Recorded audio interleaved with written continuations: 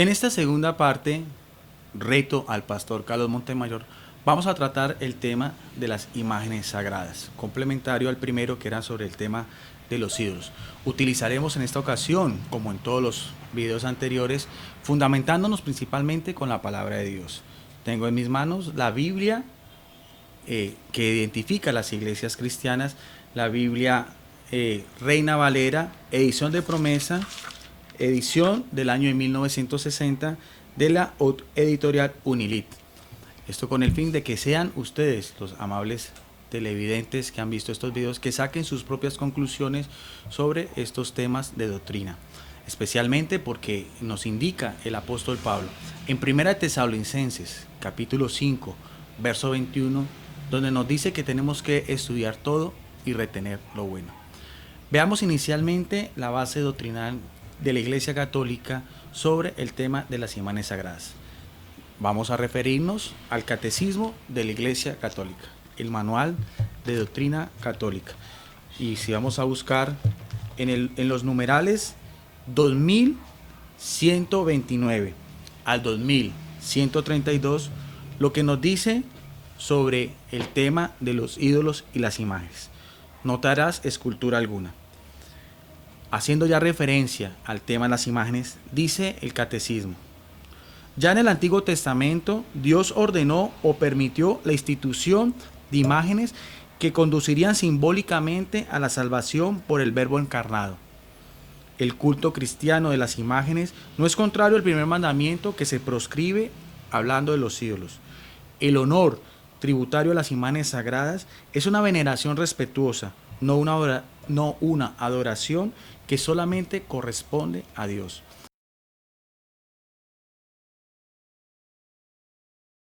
Vamos a ver una declaración del pastor Carlos Montemayor Morales con una plática con el ingeniero Jesús Hernández sobre la fabricación de imágenes. Veamos lo que dice el pastor. Está en este lugar, no tengo para qué andarlo viendo en una figura, en una imagen, en una escultura, que se contrata a hombres para que las hagan muy bellas y hombres que están llenos de defectos, de costumbres, y hacen según ellos esa figura santa, esa figura hermosa. Después de esta declaración del pastor Carlos Montemayor, vamos a remitirnos a la palabra de Dios y hablar en primer lugar de una imagen sagrada muy importante para el pueblo de Israel y que está ampliamente condensada en el Antiguo Testamento. Nos referimos exclusivamente a lo que fue el Arca de la Alianza. Y vamos a leer entonces un texto donde nos dice de una manera muy breve la descripción de este objeto. Esto está en el libro de los Hebreos, en el capítulo 9, verso 3-5. Dice la palabra de Dios en versión Reina Valera. Tras el segundo velo está la parte del tabernáculo llamado el lugar santísimo, el cual tenía un incensario de oro y el arca del pacto cubierto de oro por todas partes, en la que estaba una urna de oro que contenía el maná, la vara de Aarón que reverdeció y las tablas del pacto, y sobre ella los querubines de gloria que cubrían el propiciatorio, de las cuales cosa no se puede ahora hablar en detalles. Aparte de estos tres objetos que estaban en esta Arca de la Alianza, un objeto que fue construido por Moisés, siguiendo el mandato de Jehová, la tradición del Talmud o la tradición talmúdica, un libro histórico que para los judíos tiene mucha importancia, dice que también en su interior se encontraba una gran almohada en la cual el patriarca Jacob recostó su cabeza cuando tuvo el sueño en que veía subir y bajar ángeles del cielo. Veamos algunas características especiales del Arca de la Alianza. Un objeto reverenciado, un objeto muy importante que tenía un halo de misterio para los judíos. De hecho, Yahvé hablaba a los israelitas desde lo alto de la tapa en medio de las dos imágenes de seres alados, lo que se llamaba el propiciatorio, y descendía la gloria de Dios, la llamada Shekinah, como nos dice Éxodo 25-22, tanto en la tienda del encuentro como posteriormente durante durante el tiempo que estuvo el Arca de la Alianza en el Templo de Jerusalén. En 2 Samuel 6:2 dice que el Señor Todopoderoso tiene su trono sobre los dos querubines. Solamente los levitas, ayudantes de los sacerdotes, debían cargar el cofre de la alianza cuando era trasladada en procesión de un lugar a otro. Los ejércitos israelitas en sus campañas militares viajaban a cierta distancia de ellos. En 2 de Samuel, capítulo 6, versos 6-7, dice que nadie, aparte de los sacerdotes, podía tocarla, pues morían en el acto, como sucedió con Uzá, que no era sacerdote, sino al parecer un levita. Uno de los relatos más interesantes que encontramos en la palabra de Dios sobre el Arca de la Alianza y es el encuentro que tuvo este objeto sagrado con un ídolo falso llamado Dagón, mitad hombre y mitad pez, cuando los filisteos capturan el arca o el arca del pacto. Vamos a remitirnos a la primera de Samuel en el capítulo 5, verso del 1 al 4. Veamos entonces lo que nos dice la palabra de Dios. El arca en la tierra de los filisteos. Cuando los filisteos capturaron el arca de Dios, la llevaron desde Ebe-Ezer a Asdón. Y tomaron los filisteos el arca de Dios y la metieron en la casa de Dagón y la pusieron junto a Dagón. Y cuando el siguiente día los de Asón se levantaron de mañana, he aquí Dagón postrado en tierra delante del arca de Jehová. Y tomaron a Dagón y lo volvieron a poner en su lugar. Volviéndose a levantar de mañana el siguiente día, he aquí que Dagón había caído postrado en tierra delante del arca de Jehová. En esta oportunidad, la cabeza de Dagón y las 2 palmas de sus manos estaban cortadas sobre el umbral, habiéndose quedado a Dagón solamente el tronco. Entonces aquí nota la palabra de Dios cómo este objeto sagrado, el Arca de la Alianza, en el cual el mismo Dios hablaba y daba los oráculos a través del sacerdote y a través de los profetas, destruye este falso ídolo de los filisteos llamado Dagón. Veamos también otra parte del diálogo, de la plática del pastor Carlos Montemayor con el ingeniero Hernández sobre el tema de las imágenes. La Iglesia Católica no enseña a adorar, no dice que es malo arrodillarse. Arrodillarse delante de una imagen es idolatría. Está prohibido que nosotros nos arrodillemos. Que no es necesario arrodillarse. Cristo en Getsemaní estaba de rodillas orando con su Padre. El apóstol Pablo dice, por estas causas doblo mis rodillas delante de Dios. Siempre el arrodillarse no es de rebote, no es a uno para que vaya a otro. Es única y exclusivamente a Dios y por orden de Dios a su Hijo amado Jesucristo. Nadie más tiene derecho de recibir ese acto de adoración ni inclinarse delante de las imágenes. Según las declaraciones del pastor Carlos Montemayor, el arrodillarse ante una imagen sería señal de idolatría. Sin embargo, al pastor de la Iglesia La Luz del Mundo deja pasar por alto otro texto del Antiguo Testamento que tiene que ver con este tema y que se encuentra en el libro de Josué, en el capítulo 7, verso 6. Vamos entonces a ver qué nos dice Josué 7:6. Entonces Josué, quien era el líder que reemplazó a Moisés y que condujo al pueblo judío ya en la tierra del Canaán, dice: Josué rompió sus vestidos y se postró en tierra sobre su rostro delante del arca de Jehová hasta caer la tarde, él y los ancianos de Israel, y echaron polvo sobre sus cabezas. Aquí vemos 2 cosas muy importantes. Josué y los ancianos, que representaban la autoridad del pueblo judío en el Canaán, van a hablar a Dios y que Dios habla a través del arca. Y lo hacen ¿de qué manera? Postrándose en tierra, arrodillándose. Y también dice la palabra de Dios que se cubrieron de polvo. El término polvo o ceniza en la Biblia es señal de duelo o de arrepentimiento.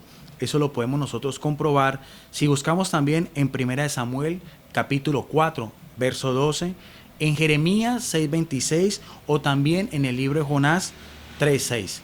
Veamos otra tercera declaración del pastor Carlos Montemayor complementario a este mismo tema. Un texto en la Biblia católica en Baruch capítulo 6, que las cargan en hombros, que las llevan, que se les llena el polvo en la cara, que les prenden veladoras, que me enseña la diferencia entre esos y los. En el texto que acaba de hacer alusión el pastor Montemayor en su plática con el ingeniero Hernández, cita el libro deuteronómico de Baruch 6.3, un libro que se encuentra solamente en las Biblias católicas, en la cual se le olvida al pastor, si tomamos un capítulo antes, que está hablando de una procesión de un ídolo en el país de Babilonia, un país netamente politeísta. Pero también deja pasar por alto el pastor que el mismo pueblo de Israel también hacía procesiones que las podemos comparar con las que se realizan en la Iglesia Católica, sobre todo en Semana Santa. Vamos entonces otra vez a remitirnos en el Antiguo Testamento, esta vez al segundo libro de Samuel, capítulo 6, verso 5. Vamos hablando cuando David intenta llevar el arca de la alianza a Jerusalén. Dice en el verso 5: y David y toda la casa de Israel danzaban delante de Jehová, con toda clase de instrumentos de madera, de haya, con arpas, salterios, panderos, flautas y címbalos. Si también en ese mismo texto vamos más adelante, en los versos 13 y 14 nos dice: y David danzaba con toda su fuerza delante de Jehová, y estaba David vestido con un efod de lino. Y así David y toda la casa de Israel conducían el arca de Jehová con júbilo y sonido de trompetas. Aquí hay otro hecho importante. Aparte de la procesión que se hizo llevando el arca a la ciudad santa de Jerusalén, en medio de la música, en medio de la danza de David, dice la palabra de Dios que este monarca estaba vestido con el efod. Es una vestidura propia de los sacerdotes del antiguo Israel y representaban el poder sacerdotal desde la casta, desde de Aarón, el hermano de Moisés. Ahora bien, muchas tradiciones y leyendas han comentado sobre lo que pasó con el Arca de la Alianza, porque es muy probable que antes de la destrucción del templo de Jerusalén, construido el primer templo por el rey Salomón, desaparece completamente y no vuelve a tenerse noticias de ella. Sin embargo, vemos en el último libro de la Biblia, el libro del Apocalipsis, en el capítulo 11, verso 19, cómo nuevamente la palabra de Dios resalta la importancia del Arca de la Alianza. Y notemos bien el contexto en que nos dice el libro escrito por Juan en la isla de Patmos hacia el año 95 o 96. Apocalipsis capítulo 11, verso 19. Está hablando ya de la gloria en el cielo. 11, 19. Y en el templo de Dios fue abierto en el cielo, y el arca del pacto se veía en el templo, y hubo relámpagos, voces, truenos, un terremoto y grandes granizos. Estas manifestaciones que acompañan al arca de la alianza en el cielo, truenos, relámpagos, eran las mismas teofanías en las cuales Yahvé se manifestaba al pueblo judío. Acordémonos cuando Moisés sube al monte Horeb o al monte Sinaí para recibir las tablas de la ley de Dios.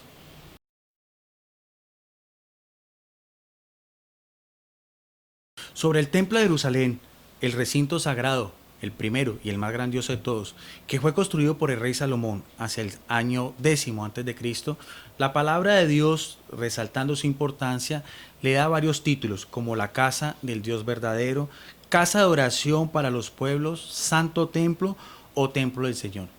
Veamos un pasaje donde nos dice algunas de la decoración que inicialmente este rey, el más grande y el más sabio después de David, hizo en aquel templo. Nos remitimos a la Primera de Reyes, en el capítulo 6, verso 23 y 29. Dice el texto, Primera de Reyes 6, en el verso 23. Hizo también en el lugar santísimo, o sea, el lugar más sagrado del templo, 2 querubines de madera de olivo, cada uno de 10 codos de altura.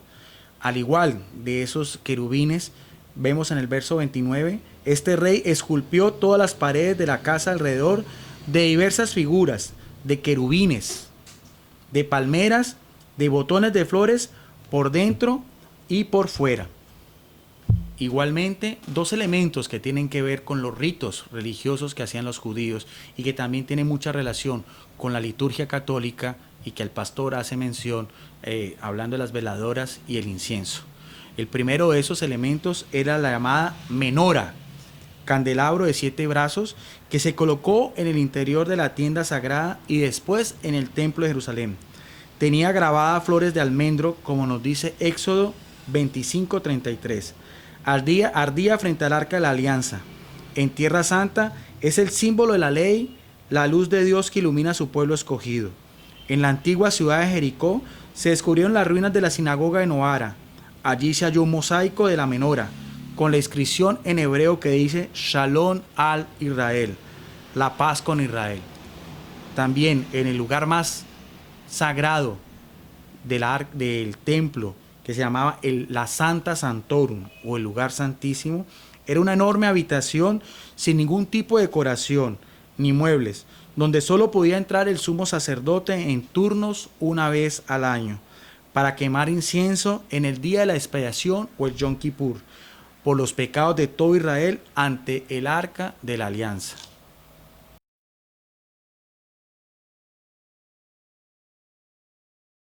Sobre el tema de la serpiente de bronce, que a continuación vamos a desarrollar, es tal vez uno de los puntos más divisorios entre lo que piensan los católicos y algunas iglesias evangélicas con el tema de las imágenes sagradas.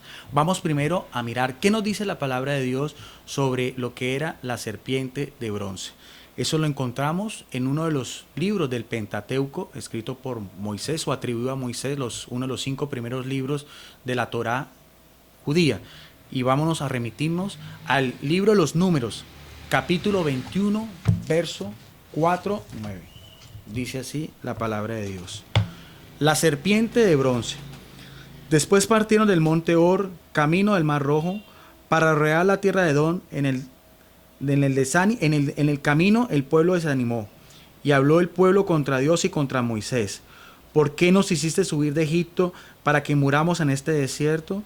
Pues no hay pan ni agua, y nuestra alma tiene fastidio de ese pan tan lívido, haciendo referencia al maná.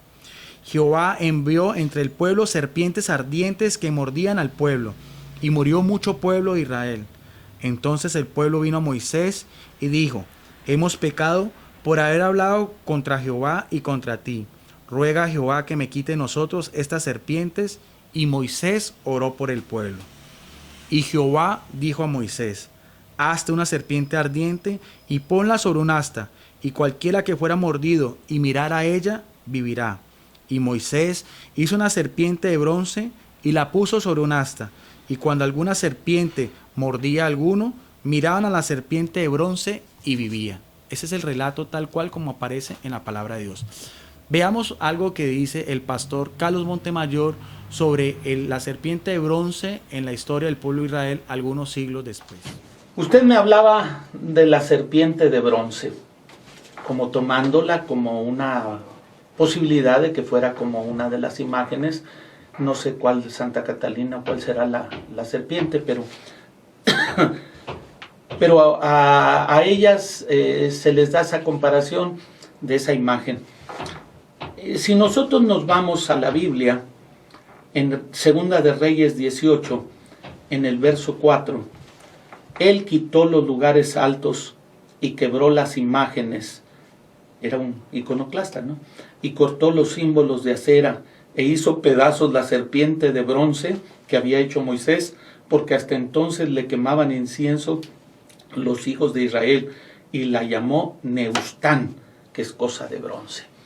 En esta parte el pastor Carlos Montemayor hace alusión al texto que aparece en Segunda de Reyes 18, 2:4, donde la serpiente de bronce, que estuvo durante más de 200 años en el templo de Jerusalén, ya había sido hecho un ídolo.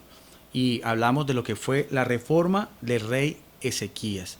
Dice la palabra de Dios que ya el pueblo judío en toda la región de Judá, en el reino de Judá, tenían diferentes postes a estas deidades antiguas. Eso lo podemos ver en el capítulo anterior, en el capítulo 17. Y el pueblo judío adoraba a estas falsas deidades en el mismo culto que se le daba a Dios. De hecho, dice la palabra de Dios que también se le quemaba incienso.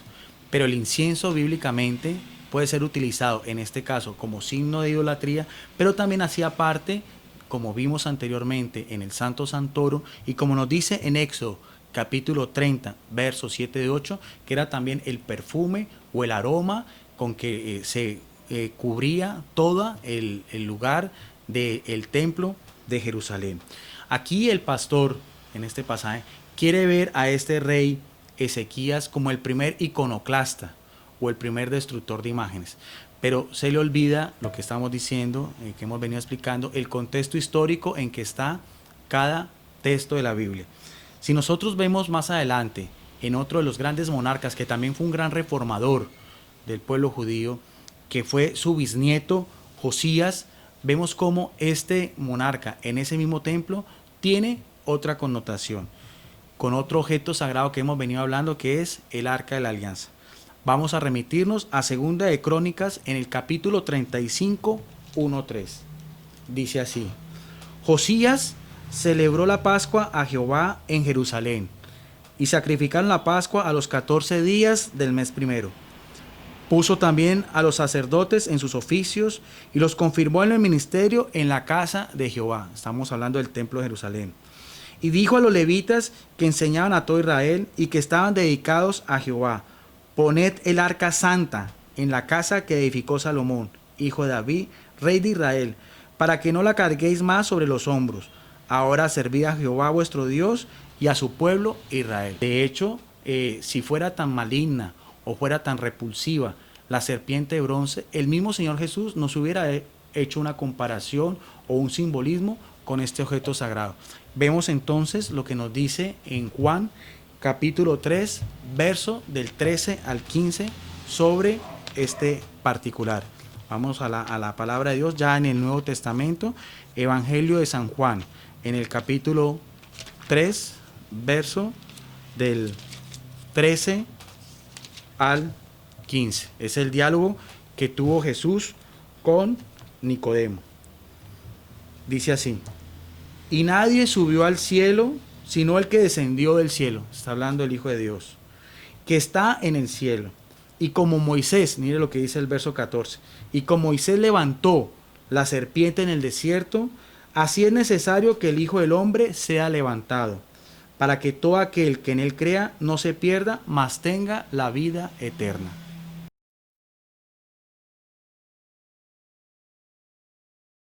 En este último punto, que vamos a hablar de las imágenes y pinturas sagradas de los primeros siglos del cristianismo, el pastor Carlos Montemayor, en su video titulado Retos y Desafíos, desaprueba todo lo que tiene que ver con el cristianismo desde el siglo II en adelante, dejando pasar por alto también lo que fueron las catacumbas romanas, los subterráneos del subsuelo de la ciudad eterna, lugar donde los primeros cristianos se reunían con dos finalidades. Allí eran enterrados los mártires, o sea, los primeros cristianos que dieron su vida por predicar la palabra de Dios y que fueron víctimas de las persecuciones del Imperio Romano, y también donde celebraban la Eucaristía. Hasta el momento, hasta nuestros días, las personas que puedan ir a las catacumbas en Roma, en las diferentes partes, como la catacumba de San Calixto, la catacumba de Priscila, la catacumba en el Vaticano, van a encontrar diferentes escenas que recrean cosas relacionadas con la palabra de Dios, tanto del Antiguo como del Nuevo Testamento.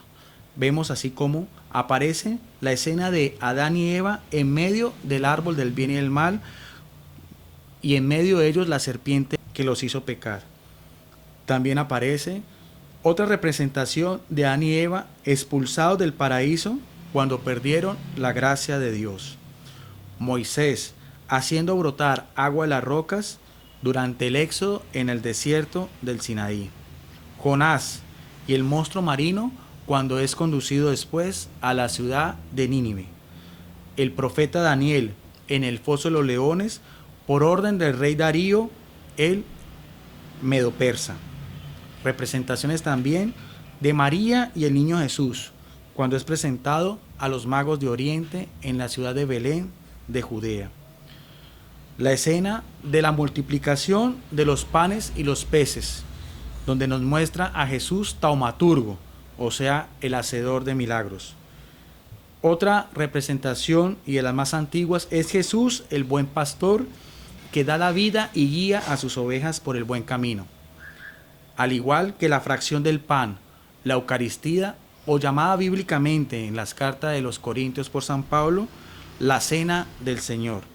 O también la figura de Jesús Pantocrátor, es decir, Señor omnipotente, que nos dice Apocalipsis 1:8.